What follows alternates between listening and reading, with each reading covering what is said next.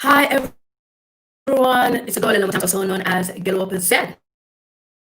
From Zambia. Welcome to my YouTube channel, and please don't forget to subscribe in case this is your first time coming to this live stream. We're here to talk about business, and I have a special guest all the way from Nigeria.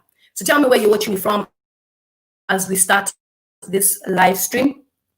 We are early, we are on time, and our guest is already waiting. Thank you so much. Tell me where you're watching me from. Tell me where you're watching me from. I know we're just starting now, 50 seconds in.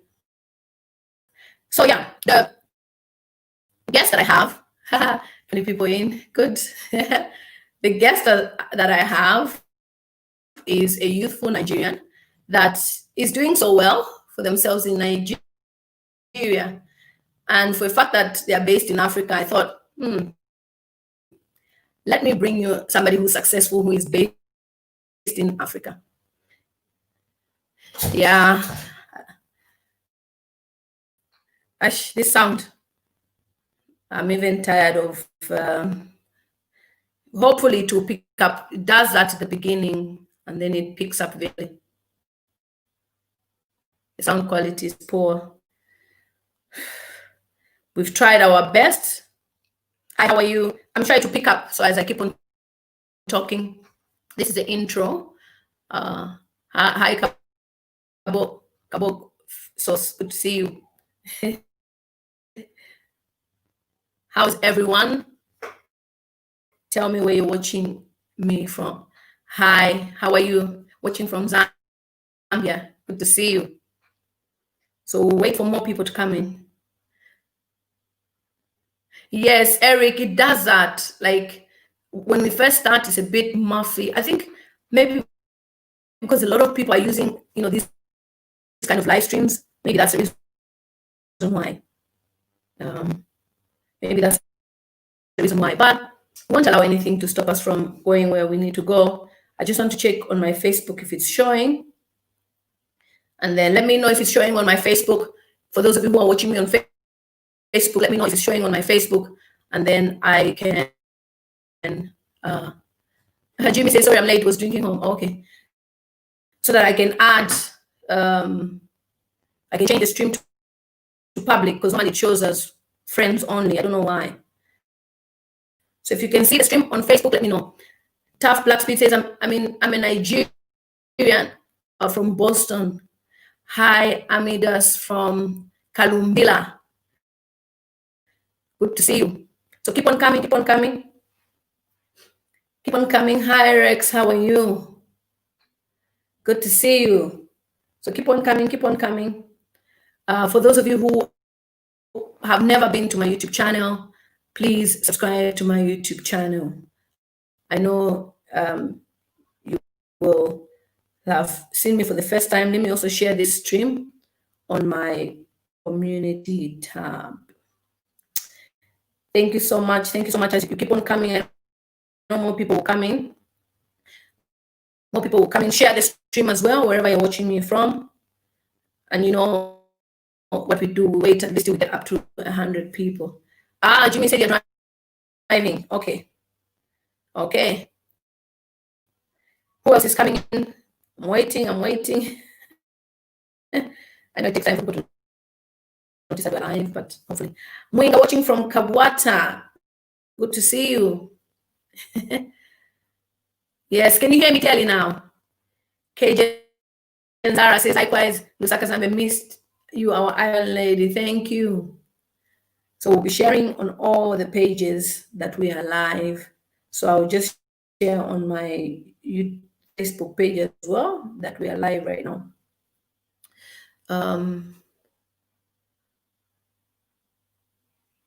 But can you hear me though? But can you hear me? I don't know why live StreamYard is like that. It used to be okay before, but I think maybe too many people are using it. Maybe that's why. Yeah, maybe that's why.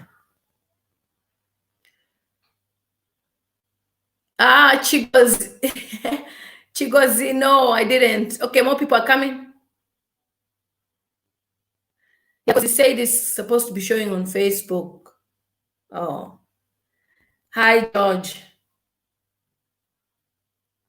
How are you? Tell me where you're watching me from. Yeah, hopefully to pick up. Hopefully to pick up, because I just want more people to come in, because we are supposed to start at 4:05, obviously. But I thought, let me start a bit early to start calling people in. Chigozi. Jacob watching from South Africa. Good to see you. Yes. Who else is here? Who else is here? Okay, the number is increasing. The number is increasing. Yes, yes, more people are coming in. Keep on coming in, guys. Keep on coming in. You're welcome. You're welcome. Kelvin from Zambia, good to see you. Share the stream. Share the stream. Share the stream. Share the stream. Yeah, we're increasing now. We're increasing now. We're increasing now. Who else is here on Facebook? Because I can see likes on Facebook, but I don't know where it's showing. I have to check. Let me check. Maybe it's showing on the post that I posted the last time. Okay, so our guest is based in Nigeria. Yeah, it's showing, but it's showing only to friends. That's why I wanted to change it. Okay, I found it now. Okay. So our guest is based in, I can start the watch party. We are live now. Our guest is based in Nigeria and is a successful business model. And, you know, during this period of COVID-19, it's a period where you and me need to think of what next after COVID-19. It's about you acknowledging that, yes, we might have faced storms, but it's also a time for us to move on with life and see what we can do. So I decided to bring this business mogul from Nigeria. He's amazing, amazing, amazing. He's done great works in Nigeria and is doing great works. Jason says your audio is bad as ever. I'll bring him on soon. I don't know what I need to do now, because sometimes it picks up, sometimes it doesn't. So yeah. Okay, Africa HIV awareness champion, Timbwe. Oh, good to see you, Timbwe. Amazing. Yeah, so during this period, obviously, people are going through tough times, and, you know, we have to acknowledge for a fact that life will go on after COVID-19, so we need to plan. So I've been bringing people who are inspirational. Last week we had Caroline Marsh, who is a millionaire in properties. And this week now I brought you another successful person, but this time this person is based in Africa, just to encourage you that it is possible for you to be successful in Africa. So I'll bring him in a few minutes. Please share this stream, because at least the number is going up. Let me just check on something about him. Good, the number is going up, and keep the likes up. Keep the likes up, keep the likes up. Thank you so much. Okay. Oh wow, Simon Wall is watching for Facebook. So at least now people are picking it up now. I don't know why it takes some time, but at least that's why I want to start calling people. But our time is 5 past. That's when we're supposed to start dead on. Hi Vincent, how are you? Share. We are having a special guest all the way from Nigeria, and he's already waiting. So share as quickly as you can so that we can start this live stream, because I don't want people to start asking what's happening, what's happening here. So, you know, most people don't understand that YouTube is a very powerful tool. Before I bring the guest, I just want to introduce him as, this is a person that blessed me, you know, with some cool cash when I started vlogging. I remember shooting a video and I spoke about Nigerian men. It was a reaction, and I was blessed because of that. And through that, we made a connection. YouTube is a platform where you meet a lot of people you wouldn't even understand, and therefore, I wanted to demonstrate to you guys that it's possible for you to meet great and influential people out there if you put yourself out there. And YouTube is a platform that has really, really worked for me. Jabs, how are you? Good to see you. Felicitas. Yeah. So we'll be kicking in shortly since the numbers are increasing. At least I've put it public now on my Facebook. Let me just check. Aziza, are you the one who was watching? As I saw an Aziza watching. Yeah, okay. So share as well on your Facebook pages as well. I'm about to bring him on now. Okay. Thank you. Keep them likes coming up. Okay. Gertrude says, I love watching you live from Spain. I hope the sound is better because I was trying to buy the sound. Is the sound okay now? It's still acting funny. Okay. I don't know what we can do now because I've tried my best. I've tried my best to. Hi, Toela, how are you? Okay, let me bring him on now. Okay, thank you. Hello. Hi, Lily. How are you? I'm very good. Fantastic. Oh, okay. Good to see you, and it is an honor to have you on this platform. It's not easy to catch you. You're a very busy man. So I'm really humbled that you are on this platform. The pleasure is more mine than yours, I tell you. Yeah. So I've said a lot of things about you. You're based in Nigeria. You're into business. Do you mind just introducing yourself a little bit before we go into the live stream? Yes, Valentine OZIGBO is my name. I am currently, running for a public office in Nigeria. But just in March, I had as the president and group CEO of Transnational Corporation of Nigeria PLC. It's the largest corporation in Nigeria quoted on the stock exchange by shareholder size. And this conglomerate still looks after hotel business, power, and oil and gas. Those are three sectors that the conglomerate operates in. And but before then, I was the CEO of the hotel business, which I also ran successfully for 7 years, and taking it to become the best business hotel in Africa, according to World Travel Awards and 7 Stars Awards. And again, before then, I spent about 17 years in the banking industry, and I traversed over 30 countries in Africa and beyond. And the idea was to see how we could grow new businesses in these countries. And this is the much you can say. I've also been involved in a lot of philanthropy and youth empowerment and development. I am also the chairman of Fit and Tricks, which is the largest promoter of freestyle football in Africa. And I'm not sure. I haven't seen any Zambian participate in our championship, but last year when I organized the African Championship, we had a total of about countries represented. And there are a couple of other things that I do, but I think I should stop for now so we can focus on the conversation for today. Thank you. Okay. Thank you so much.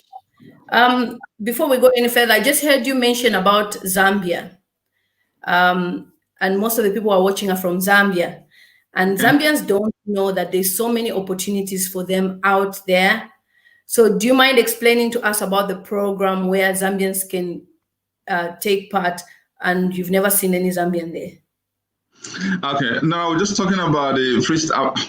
first and foremost, there are a lot of opportunities out there in the African space, and we need to begin to explore what is out there, especially with the introduction of the Africa Free Trade Agreement. I think it's a fantastic move to try and bring cohesion to the continent so that we can all trade among ourselves and hopefully even move faster and seamlessly among the countries between in Africa, because usually it will cost me a lot more to travel from Nigeria to Zambia than to go to London, for instance, which is an appalling, circumstance. But that's where we see ourselves. So I started this championship, freestyle football, which is really football juggling, and so using the ball, using any part of your body to juggle with ball. And this is a fantastic event that has attracted the world attention. It's actually the fastest moving growing type of football in the world.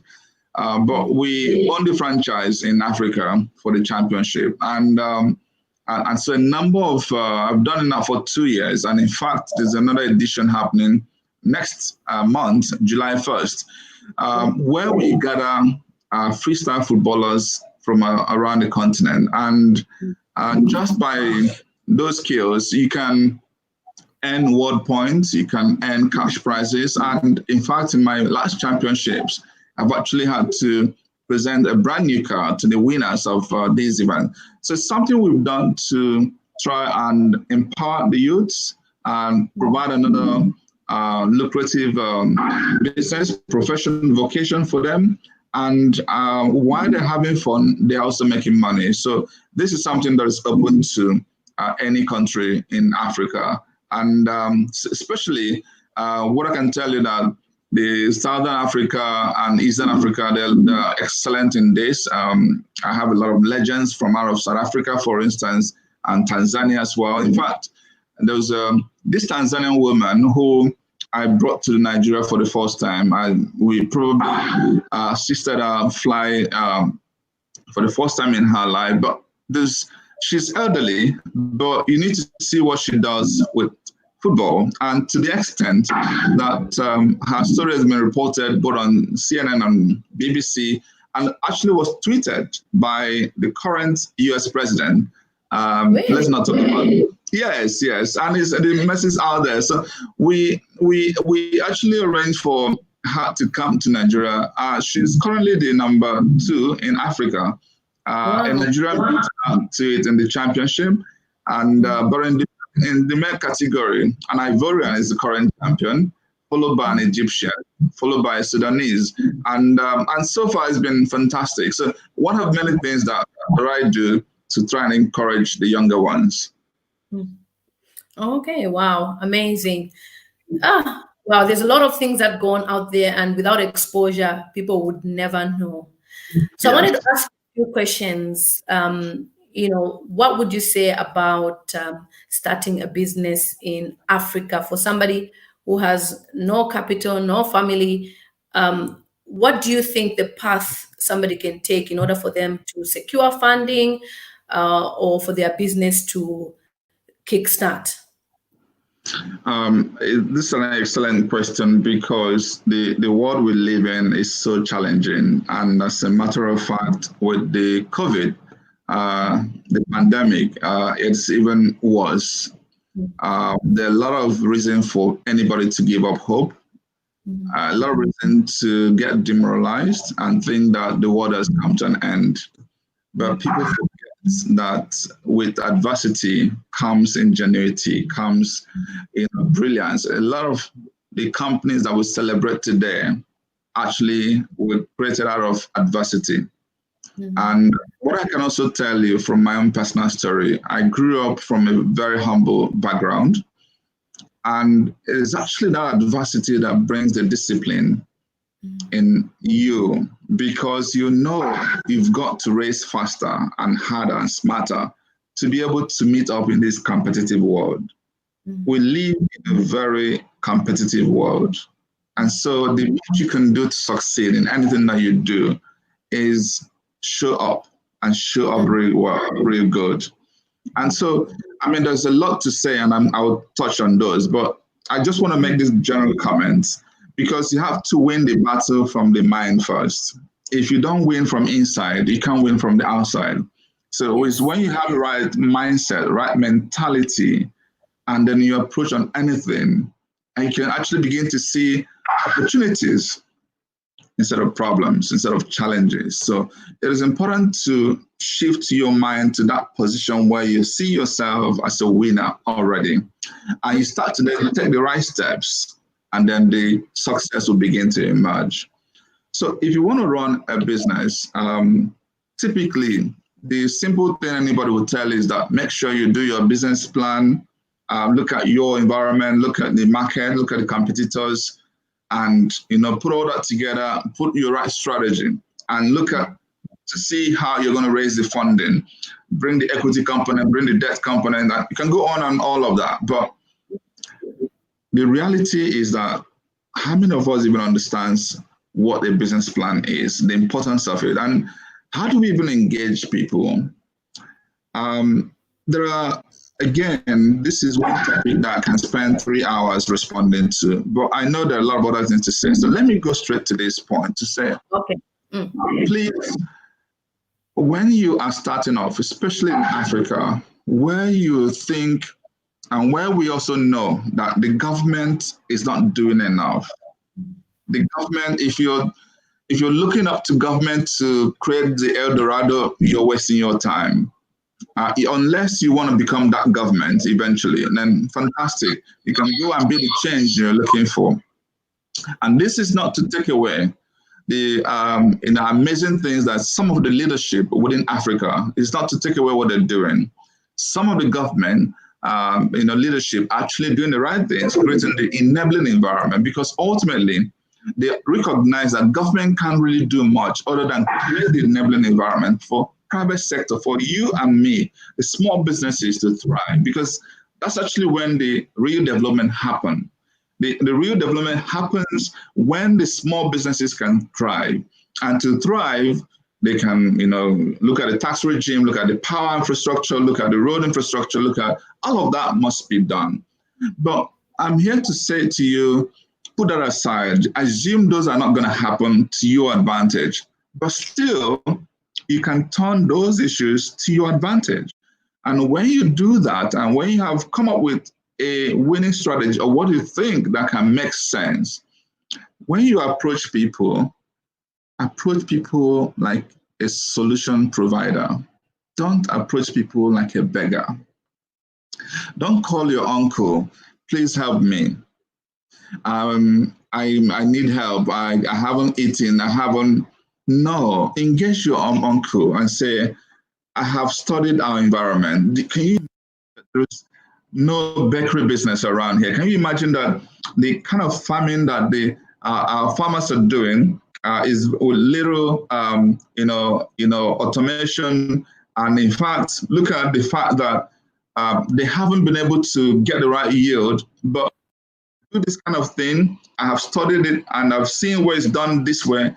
And so this is the opportunity that you see. And when you present opportunity from an informed perspective, from somebody who is fully aware, I have studied the environment, these are the providers, this is the gap that I see, and this is the niche, this is the area I want to play. And I have done all that, and this is how much money this can generate. This is how much I have saved on my own. I'm looking for an investor who's going to put in this little money, and this is what that person will make. As you're talking, you have no idea the mindsets, the shifts in mindset that will be going on in the entirety of that your uncle that you're talking to. He will begin to see you as somebody who is knowledgeable, who is a solution provider, who actually he can make money, because no matter how wealthy anybody is, they always want to make more. So provide that context that will enable you achieve your dream as well as his dream, and you paint a better picture that can enable you raise the kind of funding that you're looking for. So you don't go presenting yourself as a beggar who is hopeless and your world is ended and there's nothing else I can do. if you can't help me now, I'm going to die the next time. So people out of sympathy may give you a little money to go and eat, and that's it. Tomorrow you're going to go begging again. So package yourself well, both in content and also even the external. This is what I encourage younger ones to do, to present their project well from a very informed perspective. It means have to do some homework. It means have to study some things. And if you're not schooled, it means you need to prepare yourself properly. I want to assure you that your success rate will double, if not triple, if not more than that, if you take appropriate measure. So this is just a general guidance. And of course, if we begin to have any comments, I can go into more specifics. Thank you. Okay. There's a question from Julie Travels. She's saying, what business are you into? I am into a lot of businesses by the special grace of God. I sit on the board of Transcorp Power, so we're into power generation. I sit on the board of Transcorp Hotels PLC, so we own the best business hotel in Africa. I think I am probably one of the most decorated men in Africa in the area of hospitality. I sit also on the board of financial services companies. I sit on the board of a trading company. I also sit on the board of Fit and Tricks, the freestyle football promotion company. I am also an executive producer. I'm one of those who produce the Merriment 2. This is a movie that just launched on Netflix. So I'm also into entertainment promotion. So I do a lot of things. So, and now I'm a politician as well. Wow. Wow. That's a beautiful CV and very inspiring for somebody who is living in Africa. You know, people think when you come to the diaspora, you get opportunities, but you didn't even have to leave Nigeria, and you're doing what you're doing. So the next question.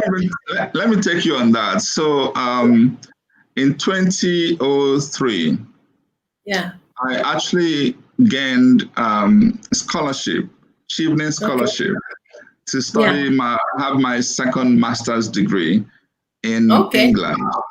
So I actually came to England, went to Lancaster University, where I studied MSc Finance, and I graduated with distinction. And but I came into England after I had worked for about 10 years in multiple Nigerian banks. And when I got to England and I finished my master's, I actually got admission to also do a PhD. And then I was looking for a job, and I was getting these miserable jobs, unfortunately, in the UK that did not recognize my 10-year experience in banking. I felt insulted. I felt insulted, and I said, I'm not going to take this shit here. I went back to my country, Nigeria. And today, the rest is history. And I'm saying this because people actually usually think, especially those who haven't gone out there, would imagine, oh, it's, the pasture is always greener out there. It's not. You can succeed anywhere you are. You do the right things, you can succeed anywhere you are. In fact, the more you figure out there are problems around you, that means the more there are opportunities for you to succeed, because all these other markets are so matured. Before you can even think of any solution, people already have figured that out. But in Africa, there's so much we can do. And this is where our mind should shift into. Wow. Very inspiring, honestly. I've been in the UK 16 years, and I know if I had stayed in Africa for 16 years, I would be somewhere far. That's why I'm also pushing. So I understand where you're coming from. In the diaspora, they don't really respect your qualifications, especially in the UK. And it's an insult, actually. It's not easy. So I wanted to ask you, just a little bit of your background. I mean, what inspired you to start business? How did you start? How did you raise your capital? Was it a challenge? I watch Nigerian movies a lot, so I would want to know the life story a little bit. if it will fall into the Nigerian movie kind of scenario of leaving the village, leaving the village to go to Lagos. My story, I'm getting tired of talking about myself these days because, quite frankly, sometimes it sounds like you're boasting. But I want to let me share a few to help to inspire the younger ones. So I actually, like I said before, I grew up from a very humble background. My father was just a village headmaster. I use the word just because it meant we didn't have a lot of money. In some cases, we couldn't even pay school fees in the same school that he was headmaster in. And so some days I had to go back home and had to do other farm, rearing poultry and all that to be able to augment money to pay school fees. That's how we grew up. But I think I consider myself fortunate to have also had that kind of parent because it meant we were very disciplined. We were also people who had to respect, like say in Nigeria, our surname. I had to respect the son of a headmaster. You had to behave in a certain manner because the society looked up to us to behave properly. But what happened to me was I understood the need to go and pursue excellence from my word go.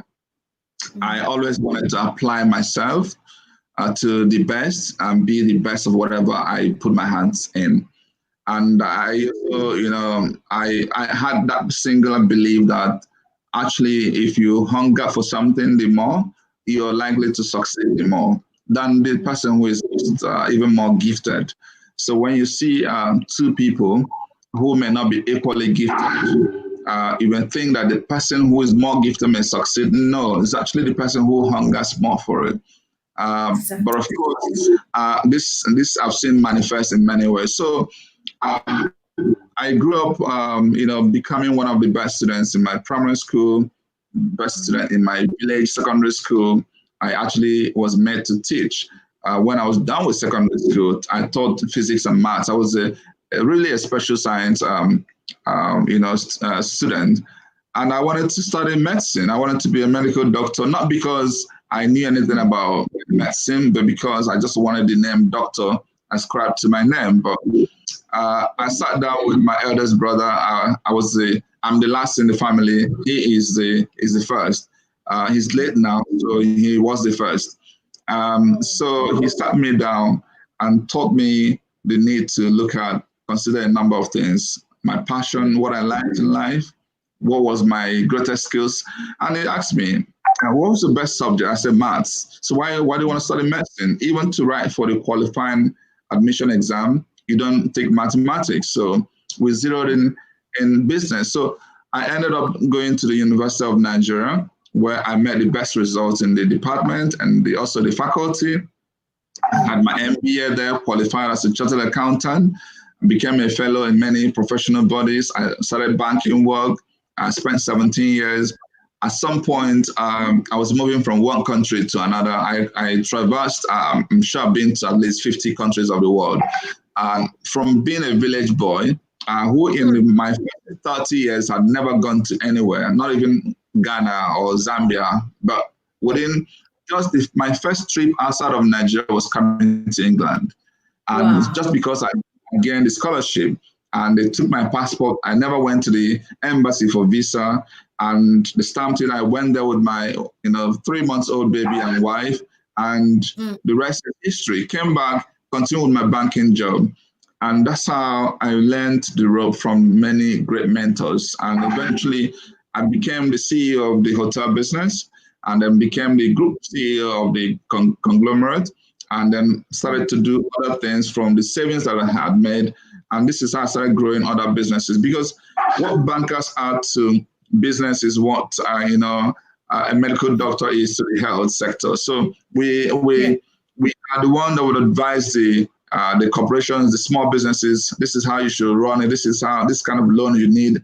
So it gave me the ability to understand what a business requires to succeed. And if you also have an idea what it means to set up a bank in a foreign country, so that's complete exposure. That was really fantastic. So because if I want to open a bank in Zambia today, I would likely have to have a meeting with the Zambian president. I have to see the finance minister, I have to see the central bank governor, and I will have to do a feasibility study. I have to find the head office. I have to find the locals that will be on the board.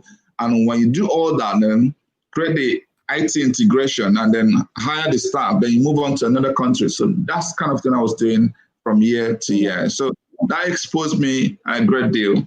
So even when I became a CEO of the hotel business, now Transcorp is not just any hotel. It is actually the hotel. It's the only hotel in the world, mark my word, that's had the privilege and opportunity of hosting up to 50 presidents in one night, including the Queen of England. And every single year, we pay host to at least 30 presidents. So I shake hands with at least 30 presidents every single year. Really? And so we received the Mark Zuckerberg, Bill Gates, and all of that. And so that is the hotel I was the CEO of. And we spent just $100 million to renovate the hotel, 100 more? So I want you to understand what we're talking about here. So this is the exposure that I have. So when I speak to younger ones, I speak from a very I've been there. I've been as poor as you were. I've seen it all, and I've gone through this cycle. And this is, it's important that we all help to lift one another, especially at a time like this when we know that the pandemic does not show mercy to the vulnerable. So we have to do a lot to succeed. And even if there's no help coming out there, help yourself. Don't fold your hands and hope that somebody will do some magic for you. No, you can help yourself, again, from the mind, from the steps you take, and learn from the mentors. Find a mentor. Your mentor doesn't have to be somebody who is rich. It could be somebody who has done it. Volunteer yourself. If you are jobless, find a company and volunteer them. Don't pay me salary. I just want to learn. That mentality will help you, prepare you, and then you can do a lot more for yourself, independent, irrespective of what the circumstance offers to you. Wow, amazing, amazing. I was taking some notes. People are writing lots of comments as well. Digital Mana says, exposure is a gateway to success. Great nuggets here. Loads of comments even on Facebook. But, I just wanted to ask, why hospitality? Was there a gap in Nigeria? And Nigeria is obviously a country where people have been traveling for many years, so Nigerians are exposed. Did you see a gap in that area? Well, yes. As a matter of fact, I got into hospitality almost by accident. It was never my desire. Actually, when I joined Transcorp, I was meant to be executive director of finance because I consider myself a finance expert. And then on the day I resumed, my boss, my chairman, Mr. Tony Elumelu, who is the founder of Tony Elumelu Foundation, the one that has empowered, we call him the king of entrepreneurship in Africa. And he's empowered almost on a yearly basis entrepreneurs from every single country on the continent. He endowed $100 million grant that he uses to empower. So he called me to his office and said, I know we hired you as ED Finance, but we're looking for a CEO for the hotel business. And he wanted me to decide where I wanted to go. And I said to him, let me remain in finance. That is my core strength. He said to me, you don't know what you're talking about. I'm giving you a better opportunity and go and think about it. I knew I didn't have a choice. So I actually went to the hospitality out of nurture, but it became such a blessing to me because what it does to you is you are actually made to serve. For me, service had been natural for me. But to now learn, even more reason to serve, because when you work in a hotel business, all that gives you joy is the joy of the other person. So when what satisfies me is to see that you are, saying, wow, wow, wow. Just like I've been hearing you say, wow, I want to get to hear more and more. And I had tremendous amount of wow. So, and this is what really, for me, because even go back to the Bible, we're all meant to serve one another. We're all meant to look at, to love one another.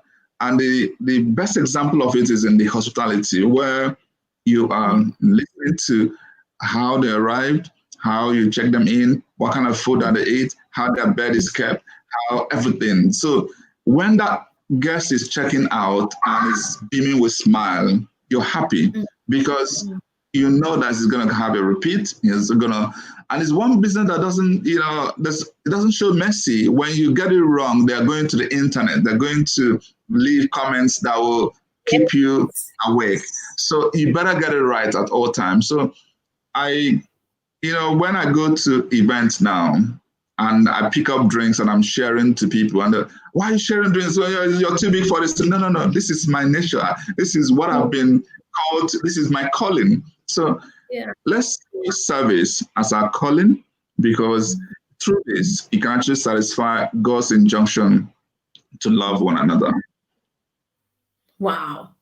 That's amazing. Emeka says, I love this man. He sounds so humble and intelligent. And he's also asking, where are you from in Nigeria? There's something about Nigeria. You're always, talking whether you're Igbo, you're Yoruba. I'm from Amesi in Agota local government in Anambra State. So I'm an Igbo man. An Igbo man from Anambra. Igbo people are very hardworking. That your description, that your video on Nigerian men, those are the Igbos you're talking about. And, that's what everyone always says, like, when they comment on my video, they'll be like, now Igbo man, they describe it. Yeah, we're very, in fact, I think we're special anyway, but we actually all are uniquely created. It doesn't matter who you are, whether you're Igbo or Yoruba or Hausa. There's always this uniqueness in every human being. And for me, I respect the individuality and diversity of humanity. But the only part I like to highlight here is we as Black people, we've got to show up. Yeah. We've got to do a lot more to change the narrative. We can't be the whipping dog. We can't be the one that blaming others and complaining for what happens to us. Let's take ownership of our life. We can actually change the story. We can actually change our country such that people will be begging to get visa to visit our country. We can do magic, because God has blessed us equally with intellect. If anything, we're actually more blessed. The amount of natural resources we have, the amount of ingenuity that we see, especially in our younger ones, if we do the right things, we can change the story. And I'm saying is convinced that it's possible. And I've seen signs. When you look at some of the countries who are doing just little, see how magical it's becoming. And let's change the story. And so that we're not, whenever we're a victim of anything, we're all lamenting and come. There's something we can do to change the story. And it doesn't matter which country you're from, what tribe you're from. Let's not always dwell on the pendacity, the things that are immaterial, things that are irrelevant. And let's be strategic. Let's think. The world we live in today is a world of knowledge, world of strategic thinking, problem solving, digital economy. You hear all kinds of, lean innovation, artificial intelligence, and thank God, technology does not notice who you are, whether you're Black or brown, or it's just your mind, your knowledge. Technology is a leveler for everybody. You can make Zambia the hub for technology. every other person will come there and look for your product. You can make anywhere the hub of anything.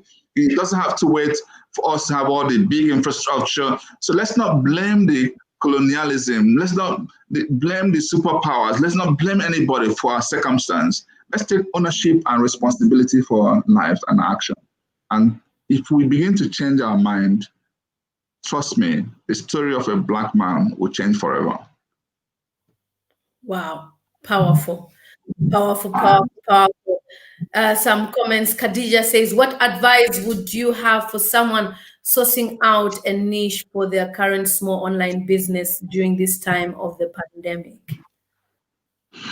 Simple thing I always tell people, because business follows a similar philosophy. You know, check where you are right now. And when I say where you are, it's not a small where you are. It's not about your location. It's not about what exactly. It's about doing a proper SWOT analysis of your circumstance.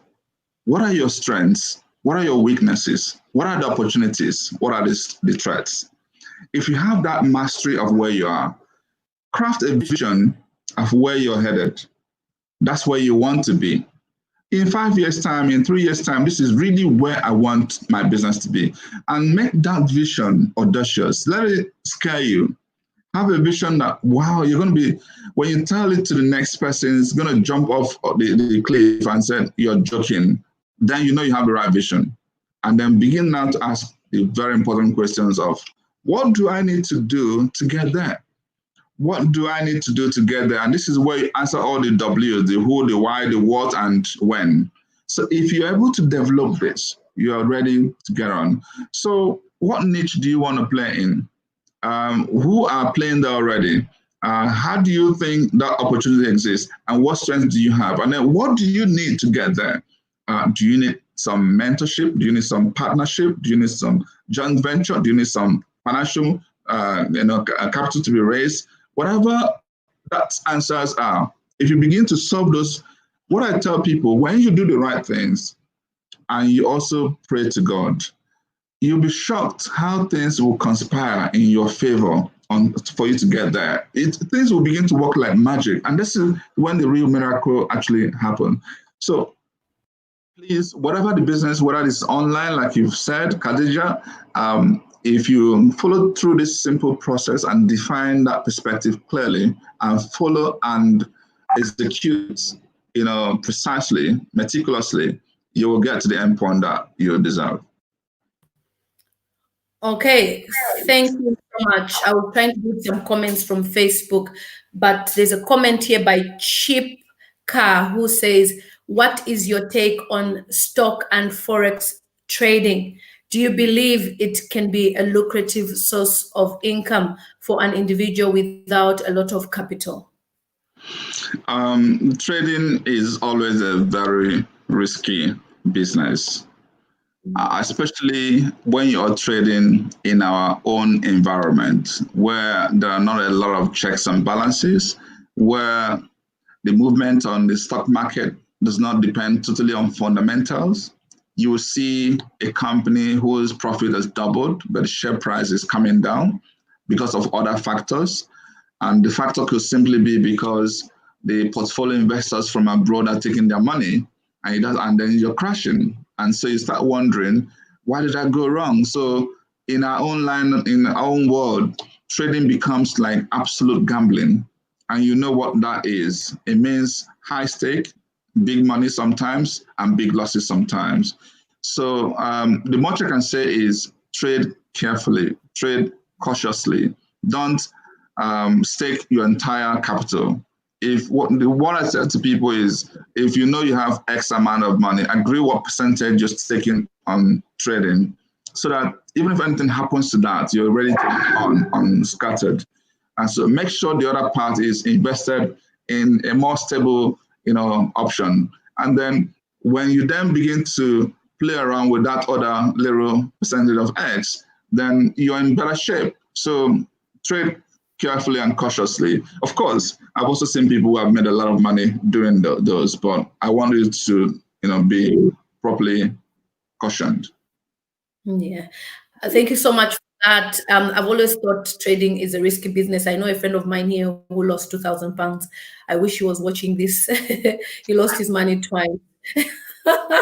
And after that, he had problems with his visa in the UK and his workplace told him to wait. So he was now thinking, he nearly went into depression because he was now thinking, I shouldn't have traded with that money. I was like, if you told me, I would have told you to keep that money. You're better off doing other businesses. Thank you so much, sir. Yeah. So Raymond has a question. He says, what is your advice in investing in African companies? Is it worth it? As a matter of fact, some companies are making a kill in Africa, even at a time like this. The question is not about investing in African market. It's about investing in which company. So it's about checking, doing your due diligence. Due diligence means checking the current performance and projected performance of that business. So, for instance, in the world of today, we know the sectors that are hurting. We know that hotels and travel industry are suffering. But we also know that technology companies are booming, telcos are booming. Making this conversation today, so some of you who are signed on watching us, some people are making money off us, and they are the technologists, the telcos, the MTNs, the Glows of this world, the Airtels of this world. And so investing in such companies, of course, is a good thing because the future is assured. If you also find other businesses like food, you know that people are going to eat food. No matter what happens, we're going to keep living. So investing in such businesses. So it's all about doing your analysis properly, bringing common sense and logic. Where do I put my money in? And then always do what we call diversification. Diversification means don't put all your eggs in one basket. If you have $100 or Naira or pounds, whatever the currency that you're using, make sure you have investment in multiple areas, in multiple sectors, multiple products or instruments that are not correlated with each other. It's important to understand this. Correlation coefficient is what defines what is diversification, what is not. If you have invested a business today in both hotel and travel, and both are crumbling, you haven't diversified because both are meant to go in the same direction. But if you know, like for Transcorp, we have hotels and we have power. So why the hotel may not be doing so well right now, the power is doing very well because everybody needs power, lights to stay at home. So that is the true definition of diversification. So that way, even if you're not growing, don't retard, don't go down, stay stable.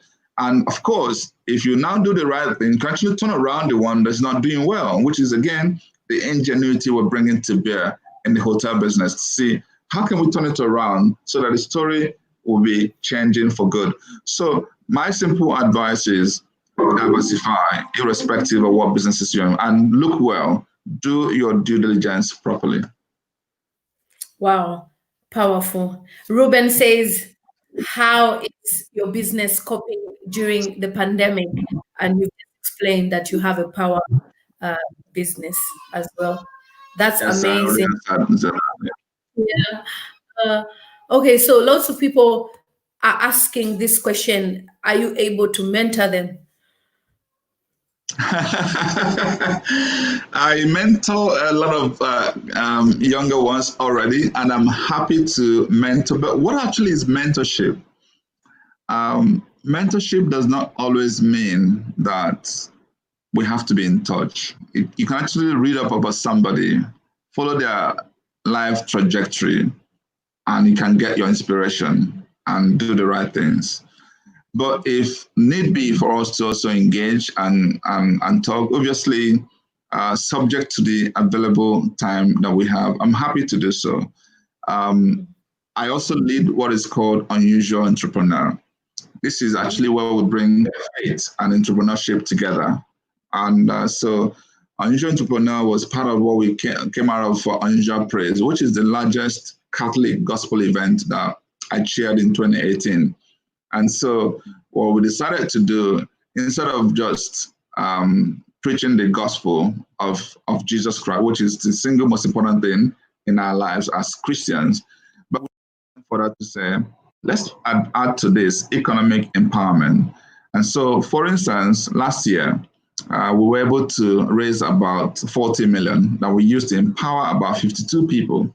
And it's not the money that we actually gave to them, it's also the fact that we are pairing people who are doing well within the church with people who are not doing so well. And this is what we call unusual entrepreneurship.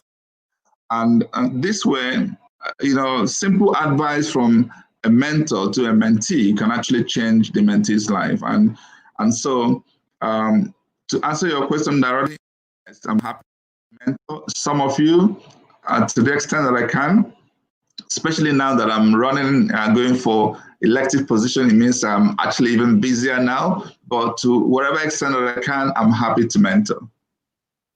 Yeah, thank you so much. Thank you so much.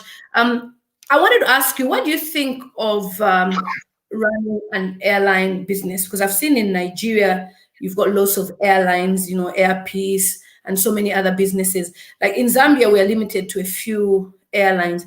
For anyone who would want to venture in that business, do you think it's a risky business, or it's a good business? I'll tell you my personal perspective, and people are bound to disagree with me on this. But I think airline business is one of the most difficult and, in fact, risky businesses around the world. It's actually a business whose business model has not been gotten right. I said this because I always want to do a scan of the environment, and then I check and see the companies that have been there before I was even born, all having shitloads of problem. If you go to the UK, when you actually dig further to see the position of the British Airways, the almighty British Airways, and when they think about how much arrears they have in terms of gratuities to their staff and all of that, and how that can be a threat to them. If you go to see what happened to Japanese airline that disappeared, almighty Japan, their airline disappeared. If you go to the US and even the Delta Airways and co, when I study all of this, and actually go take my mind to, okay, which are those ones that are doing well? You begin to see that the ones doing well, like Emirates and co, actually doing well because of the massive support that they've gotten from the government. So almost like the sovereign country must be backing you for your business to succeed. Then I think there's a problem there. I admire what a few airlines have done in Africa. I like what Ethiopian airline, people also used to celebrate Kenyan airline, but if you read about the problem, the mirage of problem they faced, including South African airline. Now, you mentioned Air Peace. The owner is a very good friend of mine and my brother. I think he is one of the few exceptions that actually shocks me. And part of the reason he's also succeeding is because he went there prepared. He invested massive amount of equity and not debt at the beginning. And so, like, what is going on now? Imagine if he had invested most of his money from borrowed funds at a time that all his airlines are grounded for funds, he probably won't recover from it. But because he did a lot more based on personal equity, and I think his future, I can tell you, is not. I'm not worried about him. But generally, airline is that business which, by fuel price increasing by a little margin, they begin to shiver as airline business. So what I tell people is, when you take any sector, identify where the money is, identify the place where people are actually investing and adding value and making more money. So if, for instance, you think it's a charter business that does well, maybe focus on that. And so pick up the area and focus your mind on it. Okay. Somebody asked a question as well, but I was going to ask you a question on the questions about the Chinese. What do you think of Mm. the invasion of the Chinese in Africa? Yeah. Do you think it has affected future businesses in Africa? What's your take? Are you for the Chinese business? Because they've taken over Africa. Most businesses are taken over by the Chinese, and that question was asked on the live stream. That's an interesting question, but I actually turned that question around. Okay. Chinese, if they do take over Africa, wouldn't take over Africa without the permission of Africans. Thank you. So please, let's shift the responsibility to where it belongs. Yes. It is us. So when you go into a business and you allow yourself to become the sheep and I become the lion, don't blame anybody. Hold yourself responsible, because if you can learn from what is going on to see how do I shape my country, my business in such a manner that I can derive the most out of the partnership. And so if we are threatened by what the Chinese are doing, because Chinese actually, they can bring good and they can bring bad. And so choose whichever one, just like Jesus would say, choose, here's the road to heaven and to hell. Choose where you belong, choose where you pick. And so I will not blame the Chinese more than I will blame ourselves. So I think that we should use wisdom. We need partnership from every part of the world. We need the Chinese money. We need the Russian money. We need the US money. We need the Jewish money. But let those money come in a manner and form that will impact us positively and not otherwise. If you have wrong leadership in some parts of Africa, hold them accountable. Don't blame the wrong people. But sir, I have a question for you. Because you've talked about banking, and I think this one will really apply to you. Did you know that Zambia is the only country in Africa which has Bank of China? And we actually have 2 branches. And from the time I've been, here in the UK, we've all noticed that the Zambian currency keeps on going down. Where it used to be maybe one pound was equal to 5 kwacha, it's now, loads of money, more than 22 kwacha at the moment. What's your take on us having Bank of China in Zambia, where the money is deposited in that bank account and the money reflects in China, and no Zambian can bank in that Bank of China? What would you say about? I don't have all the facts of the matter, but 2016, 2006, I was in Beijing and I was in Guangzhou.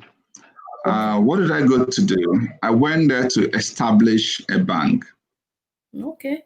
I had hired PwC as my consultant and had visited the central bank in China, in Beijing. And we had met and discussed what kind of banking I was coming here to do. They were smart enough to tell me the type of banking I could do and the type I couldn't do. They were smart to tell me maybe not retail, maybe it's correspondent banking I could do, because they were smart enough. Yeah. So if Zambia allows Bank of China or any other entity to come into Zambia and they haven't regulated how they operate, please don't blame Bank of China, because any other person would do the same thing as you are. If you see an opportunity in Venezuela to invest and make money, you will go to Venezuela and invest and you make money. And if Venezuela allows you to do anything, you get away with it, so be it. But if they put the checks and balances that will say, this is how you should do it so that this can impact positively on my economy, enable you employ more of my people, this is the smartness, this is the wisdom we need to bring. So I won't delve into what I don't have all the facts in, but generally, the philosophy is what I'm telling you here. That philosophy is welcome partnerships, but be smart about it. Don't be the sheep, don't be the fool. Be smart about it. And, and if it's not working, come back, call that relationship. Let's sit down and discuss. Hey guys, I know we entered into this agreement, maybe unknowingly. I don't think it's working. Let's renegotiate. That's the discussion that should be going on now. So the answer is not in blaming and complaining. And in fact, as younger ones, if you think you're not getting the right, so you're not on the right side of the divide, do something about it and be smart about it. It's not about making noise. It's not about protesting. That won't solve the problem. It's about being strategic. How do we use our mind to reason so we can do the right things that will enable us change the story of a Black man? Why do we always act the victim? Why? God did not create us weak. God did not create us weak. So did you succeed with opening the bank in China? It's a story for another day. So the Chinese are smart and they are coming to Africa because they know that our African leaders will give them all these opportunities. So you see, you couldn't make that possible. Wow. Virginia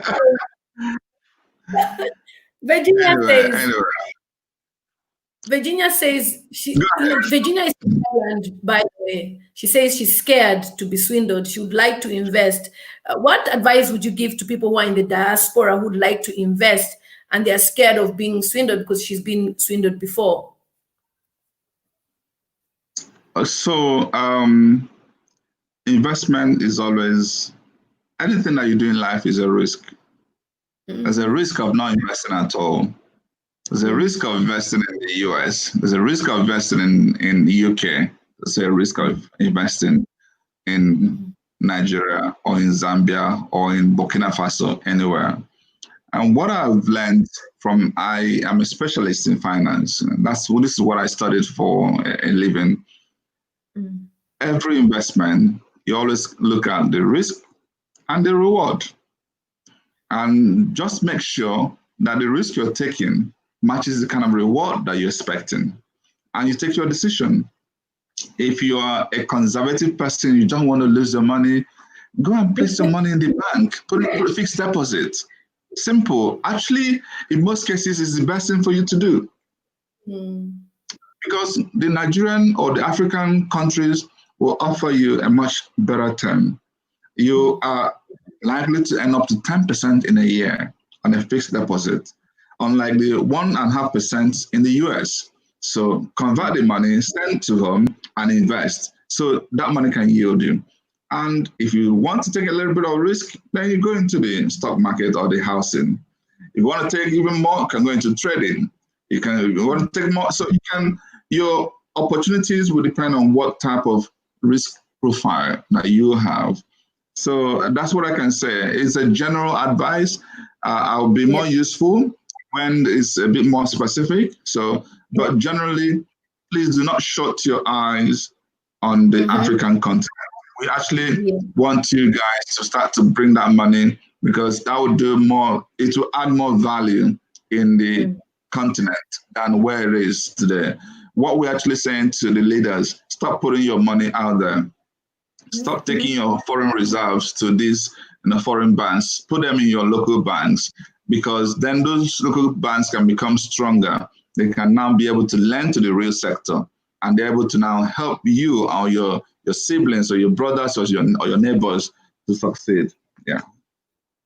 Wow. Another question, because she's asked it several times. The Ferris truck says, "Sir, what's your take in the multi-marketing business scheme? What's your take?" I think it's those ones where there's a ladder. I know.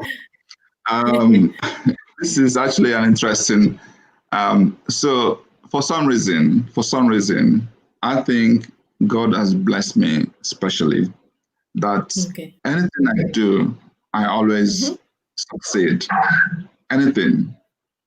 So many years ago, I went into multi-level marketing business. I was part of the initial people that invested in RVI options. This is about shared home. So they will say to you, if you have $10,000, you can have fractional ownership of holiday homes in South Africa, in Zambia, in all these places. So on the face value, fantastic. You can actually derive value because those assets are there for your ownership, for your fractional ownership. Of course, they also come with terms and conditions. And then that's on the one side. On the second side, they said to you, if you bring this number of persons, your level goes on and your commission. And so guess what? I actually invested about $10,000 many years ago. And within a month, I made $30,000. Wow. And I became, so if you go to the office, you see the celebrating Valentine, my picture was there. But I realized something, that once any new multi-level marketing steps in, some of them have actually been there for such a long time and thriving. Some are based on some falsehood and they paint pictures that don't exist. So let's put that aside. Irrespective of which one, what you find is, if I'm one of the initial persons that brings this to you, Lily, you are likely to buy it. And then you go to Mr. A, Mr. A comes into it, and I'm smiling to the bank because it's new. But over time, it saturates. If you now go to Mr. C, oh, I've heard about it, or I've already signed on. And so you find that the earliest people get to succeed more, and the later persons are weakened already. Their chances of success is very limiting. And guess what? What you find is that complaints will start from there. Some actually might even send you to law enforcement agencies. You deceived me, you took my money, you told me you meant this, I can't make my own money. So those controversy is the reason I abandoned network marketing. So it works for some, it doesn't work for others. It works for the earlier ones, it may not work as well for the later ones. It works for those with great products, it may not work for those with less than great products. So place is also a risk. Check properly, and before you jump in, I can tell you that I'm telling you from and that wasn't the only one that I did. And thank God I succeeded in all that I did, but I also learned the lesson from the other people who complain about it. So be careful. Yeah. So everyone wants their mentor, they want your email address. I think Tell them to follow my Instagram and try and check their comments there. My Instagram handle is Valentino @Valentino, which is VALYNTINO. Yeah. So my moderators, can you also drop his Instagram link? I'll also drop it as well for you in the live stream. So you can follow him on Instagram. For those of you who wanted to follow him, please make sure you are polite. This is not big man. We are blessed to even have him on this platform. So many people are enjoying even on Facebook right now. They're enjoying the live stream. Thank you so much for those of you who've tuned in on the live stream on Facebook. Somebody's asking that they're, okay, I'm worried about Nigeria is borrowing too much in the administration. So obviously this is a political question. What would you say about, the youth or anybody, being involved in politics, since that is your pursuit at the moment? What would you say about politics at the moment in Africa or in Nigeria? Yeah, to be honest, I think that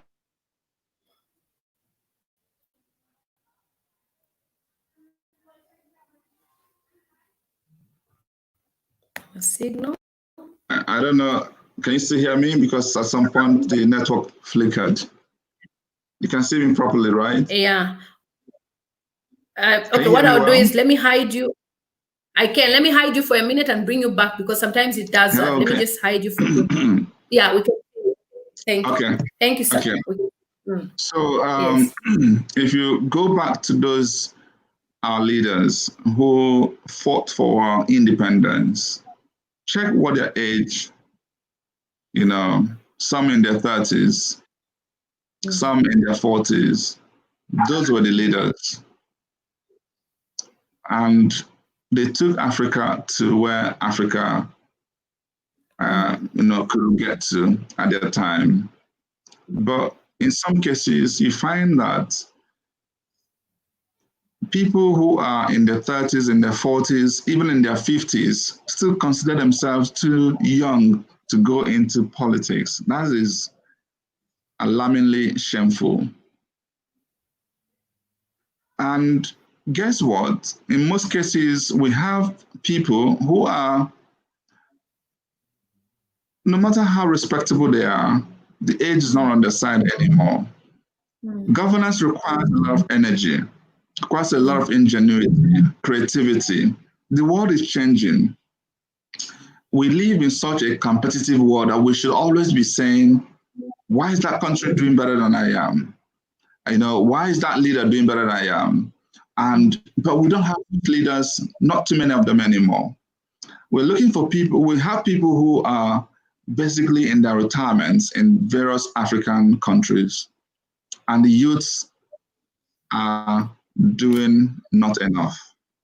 Yeah. I want to say to the youths, you're not the leaders of tomorrow, you're the leaders of now. Stop allowing your destinies to be messed around and messed up. It is important that youth take ownership of their future and their today by getting themselves, especially the smart ones, the brilliant ones, and people who understand where the world is headed, people who are modern and digital, people who know for sure that Africa can be far better than it is. We need those guys to get on board and get into elective leadership position. And this way we can change the story. So when the election comes, don't shy away. Participate, vote, and make yourself also eligible. And present the best ones, and the stories will change. We will do as youths better than our fathers, because even any father would wish for his son to do better. And what I'm saying to you is that do not shy away from politics.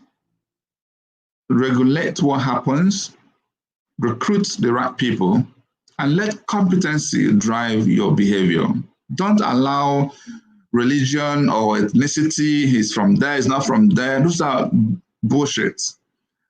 Think about who understands, who has the quality, who has the exposure, who has the mind, who has the empathy, who has the emotional intelligence to drive the story positively for your country, for your state, for your local government, and get those guys on board. You have the mass, you have the numbers.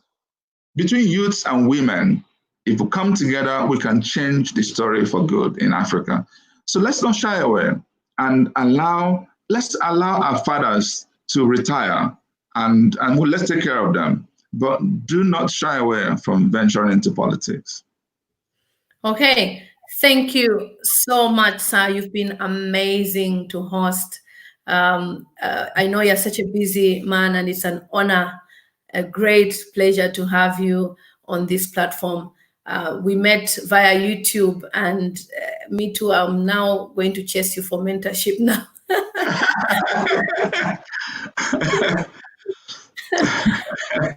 I know you're such a busy man, but we're so honored, and thank you so much to Aziza as well for arranging the interview with you. Thank you so much. If you have any last words for youth, for Africa, for everybody, please share your last word. Thank you so much, Lily. And yes, it's actually funny how we met each other on social media. I'd only just watched your video. I was impressed by your delivery, the way you captured my mind and the audience, and I started to see comments, especially those who were coming to attack you for praising the Nigerian men. I said, okay, let me come to the rescue. Let me reach out to you and tell you, don't worry, we got you covered. And then this is how the story has, nobody would think that we've not even seen each other face to face, but we're already like, we've known each other for 20 years. So thank you for that friendship. And for everybody listening to me, I want to just say a big thank you to all. Thank you for giving me your time, your attention, and hopefully you can pick one or two things that are valuable. But in the all, this pandemic is something that we shouldn't just be careful about. We shouldn't be fearful, but rather let's reposition ourselves, especially our mind, so that at the end of it all, I want all of us to be the winners and not the losers. Let's tell a story of how this happened, and this is what I did to change the trajectory of my journey positively. I can tell you, if you plan well and if you execute well, chances are you're going to succeed. And if you also add this with the presence of God in your life, things are going to turn out for good. God bless you all. Thank you. Thank you so much, sir. You've been amazing. In Zambia, we said to a totela. The Gambians say midasepa. Thank Pleasure. you. Thank you. So I'll hide you now. God bless you, sir. Kemesia from Igbo. Bye. Okay. You see what we talk about, that you can make it anywhere. This one was a Nigerian village boy. The one who watching Nigerian movies. That's why I say, tell me the story, because I know the story part will be about where he's coming from. And it's very encouraging to see somebody who was in the village, coming from a humble background, pushing themselves, getting distinctions. Never limit yourselves. During this pandemic, start writing down your ideas, your business ideas. Look at somebody who never even thought you ran a business. Like I say, if you put yourself forth, you will attract people who will tell you, let's do this, let's do that. He never thought of doing hotel business before, but it came to his table, on his lap, like, you do this business. So never give up, guys. So it's nice to all see you here.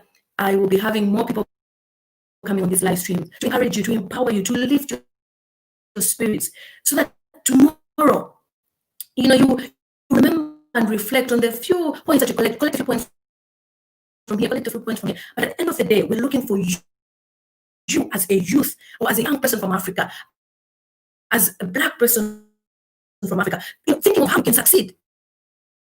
If you heard what he said, don't look down on yourself and always, playing victim. You're not a victim. Black people, Black Lives Matter. Yes, we have to be sensitive to certain issues, but we also need to know that we are able to achieve our goals. We are blessed as well.